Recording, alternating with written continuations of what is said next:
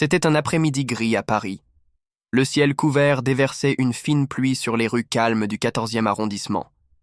Dans ce décor mélancolique, une vieille dame marchait lentement avec sa canne.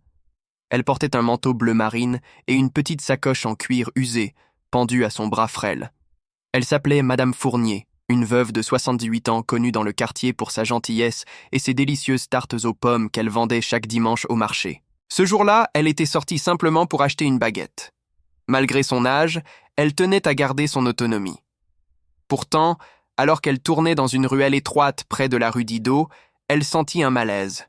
2 jeunes hommes, capuches relevées, la suivaient depuis quelques minutes. Leurs pas étaient presque silencieux, mais leurs regards insistants ne laissaient aucun doute sur leurs intentions. De l'autre côté de la ville, N'Golo Kanté venait de finir une séance de sport avec des jeunes dans une association locale. Il aimait donner de son temps pour encadrer les enfants issus des quartiers difficiles. Ce jour-là, après l'entraînement, il décida de marcher un peu avant de rentrer. Il emprunta quelques rues qu'il connaissait bien jusqu'à entendre un cri étouffé résonner dans une petite impasse. Alerté, Kanté se précipita dans la ruelle. Là, il vit la scène. Madame Fournier, à terre, luttant pour garder sa sacoche pendant que 2 jeunes tentèrent de la dépouiller. L'un tenait un couteau, l'autre la bousculait sans pitié. « Hé, lâchez-la !» cria Kanté, sa voix résonnant avec autorité. Les agresseurs se retournèrent, surpris. L'un brandit le couteau, prêt à se défendre. Mais ils ne savaient pas à qui ils avaient affaire. Kanté, calme mais déterminé, s'approcha. « Donnez-moi ça et partez !» dit-il, les yeux fixés sur celui qui tenait la lame. Mais les jeunes n'avaient pas l'intention de fuir. Alors, en un éclair, Kanté désarma celui au couteau d'un coup de pied précis, avant de le frapper au torse et de le mettre au sol. Le second tenta de s'enfuir, mais Kanté le plaqua contre le mur d'un mouvement rapide. Une fois les deux neutralisés, il se pencha vers Madame Fournier. « Vous allez bien ?» demanda-t-il, la voix adoucie. Tremblante mais consciente, elle hocha la tête. Kanté l'aida à se relever, récupéra sa sacoche et appela la police. Tandis qu'ils attendèrent les secours sous la pluie fine, il resta à ses côtés, veillant sur elle comme un ange gardien inattendu. Quelques minutes plus tard, les gyrophares bleus éclairaient la ruelle sombre. 2 policiers descendirent rapidement du véhicule, prêts à intervenir. En découvrant la scène, 2 jeunes à terre, l'un inconscient, l'autre maîtrisé par nul autre que N'Golo Kanté, il furent d'abord surpris, puis soulagé. « Monsieur Kanté, tout va bien ici ?» demanda l'un des agents, reconnaissant immédiatement le célèbre joueur. « Ils ont agressé cette dame », dit calmement Kanté en désignant Madame Fournier, toujours sous le choc. L'un d'eux avait un couteau. J'ai fait ce que j'ai pu. Les policiers prirent rapidement les choses en main. L'un passa les menottes aux agresseurs, pendant que l'autre rassura Madame Fournier et l'aida à s'asseoir sur un muret sec. Elle tremblait encore, mais son regard ne quittait pas Kanté. « Il m'a sauvée, dit-elle d'une voix faible. Sans lui, je ne sais pas ce qui me serait arrivé. » Les agents prirent les dépositions, ramassèrent le couteau comme pièce à conviction et emmenèrent les 2 jeunes dans la voiture. Kanté proposa alors d'accompagner Madame Fournier chez elle. Elle accepta, reconnaissante, et ensemble, ils quittèrent la ruelle sous la bruine persistante. Le chemin fut silencieux d'abord, puis peu à peu, la vieille dame se mit à parler. « Vous savez, j'ai toujours suivi votre carrière, mais jamais je n'aurais imaginé que vous seriez un jour mon sauveur. » Kanté sourit doucement. « Je n'ai fait que ce qui devait être fait. » Ils arrivèrent devant un vieil immeuble, façade usée par le temps, fenêtres fleuries.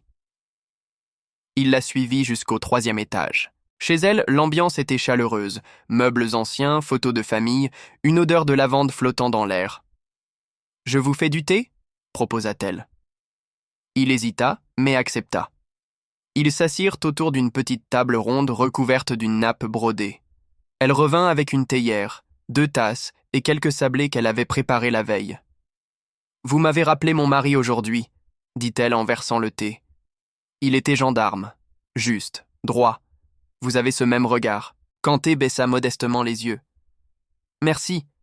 J'espère juste que ces jeunes comprendront leurs erreurs. »« Il faut leur donner une chance de changer, » répondit-elle. Beaucoup n'ont jamais eu quelqu'un pour leur montrer un autre chemin. » Ces mots restèrent dans la tête de Kanté. Les jours suivants, il ne cessait d'y repenser. Il retourna à l'association de jeunes où il s'impliquait déjà, mais cette fois avec un projet plus grand en tête. Il proposa la création d'un programme de prévention pour les jeunes à risque. Un endroit où on pourrait leur offrir du sport, du soutien scolaire, des conseils et surtout une écoute. « Il ne suffit pas de les arrêter », dit-il à la responsable du centre. « Il faut leur apprendre à se relever. » Le projet fut lancé quelques semaines plus tard. On le nomma « l'Espoir ». L'idée était simple. Canaliser l'énergie des jeunes à travers des activités saines et structurantes, leur offrir un avenir. Ironiquement, ce sont Jean et Malik, les deux jeunes agresseurs, qui furent les premiers concernés. Mineurs et primo-délinquants, ils échappèrent à la prison grâce à une décision du juge, influencée par la demande de Kanté lui-même, qui proposa de les intégrer au programme. « Je ne fais pas ça pour les excuser, » expliqua-t-il, « mais parce que je crois qu'ils peuvent changer. » Au début, Jean et Malik étaient hostiles, fermés, sceptiques. Ils participaient sans enthousiasme, s'isolant du groupe. Mais Kanté ne les lâcha pas. Il les encourageait, les écoutait sans les juger, leur imposait aussi des règles strictes. Peu à peu, les deux jeunes commencèrent à changer. Jean s'illustra rapidement sur le terrain, doué avec un ballon, mais encore plus habile dans la façon de parler aux plus jeunes. Il découvrit qu'il avait un don pour encadrer, encourager, transmettre. Malik mit plus de temps, traînant sa colère comme une chaîne. Mais un jour, lors d'un atelier de théâtre, quelque chose se brisa. Il raconta sa vie, son père absent, sa mère débordée, ses rêves oubliés. Il pleura, et après ça, il commença à s'ouvrir. Madame Fournier, de son côté, devint une figure maternelle au centre. Elle venait chaque semaine, apporter des gâteaux, animer des discussions, raconter des anecdotes d'un autre temps. Les jeunes l'écoutaient, touchés par sa douceur et sa force. « Elle a failli être ma victime », murmurait parfois Jean en la regardant avec respect. « Et maintenant, c'est elle qui m'aide à me reconstruire. » Le projet L'Espoir gagna vite en notoriété. Les médias commencèrent à en parler. Mais Kanté refusait les projecteurs. Pour lui, le vrai miracle n'était pas l'intervention dans la ruelle ce jour-là, mais chaque regard qui s'illuminait dans ce centre. Chaque jeune qui retrouvait la confiance. Chaque vie qui reprenait son cours. Et au cœur de tout cela, restait cette scène d'un après-midi pluvieux à Paris. Le point de départ d'une chaîne d'espoir que personne n'aurait pu prévoir. Les mois passèrent, et le centre L'Espoir devint bien plus qu'un simple projet. Il se transforma en une véritable école de la seconde chance. Ce n'était pas un miracle tombé du ciel, mais le fruit d'un engagement sincère, d'un effort quotidien et surtout d'une foi profonde en l'humain.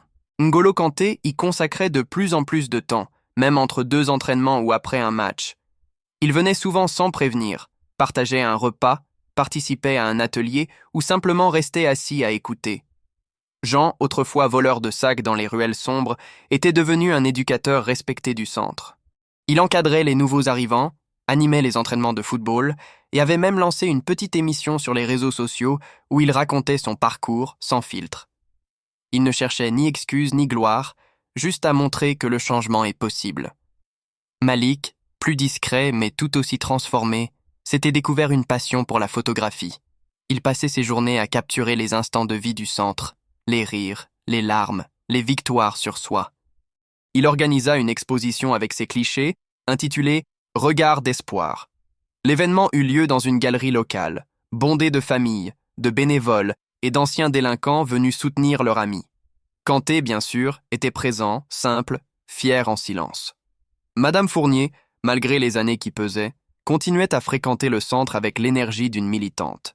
Elle avait sa propre chaise, sa propre tasse de thé et même une petite pièce où elle animait des ateliers de cuisine et de mémoire. Elle racontait aux jeunes des histoires de guerre, de courage, de perte et d'amour. Beaucoup, en l'écoutant, comprenaient qu'ils faisaient eux aussi partie d'une histoire bien plus vaste. Un jour, elle réunit Jean et Malik dans sa cuisine et leur dit avec tendresse « Vous m'avez presque volé ce jour-là, mais en vérité, c'est vous qui m'avez redonné la vie. » Ces mots restèrent en eux comme un serment. Les autorités locales, inspirées par le succès de L'Espoir, décidèrent de le reproduire dans d'autres quartiers. Kanté fut invité à en parler à l'Assemblée nationale. Il y alla, non pas en star, mais en citoyen engagé. Il parla peu, mais juste. Si on veut une société plus juste, il faut cesser de croire que certains sont irrécupérables. J'ai vu des jeunes qu'on disait perdus devenir des piliers de leur communauté. Il faut leur tendre la main avant qu'ils ne s'effondrent. Son discours fut salué, repris, diffusé dans tout le pays. Pourtant, il refusa toutes les décorations. La seule médaille qu'il acceptait, c'était le sourire de ceux qui l'aidaient à relever. Quelques années plus tard, après une carrière riche et respectée, Kanté annonça sa retraite du football professionnel. La presse mondiale s'enflamma, les hommages pleuvaient.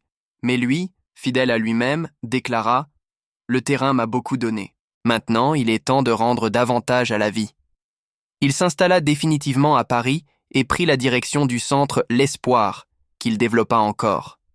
Il y fit venir des psychologues, des artistes, des écrivains, d'anciens détenus devenus mentors.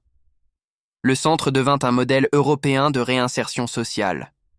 Madame Fournier, devenue presque centenaire, y était encore. Toujours digne, toujours présente, elle s'asseyait près de l'entrée et saluait chacun par son prénom. Quand elle s'éteignit paisiblement une nuit d'hiver, tout le quartier pleura.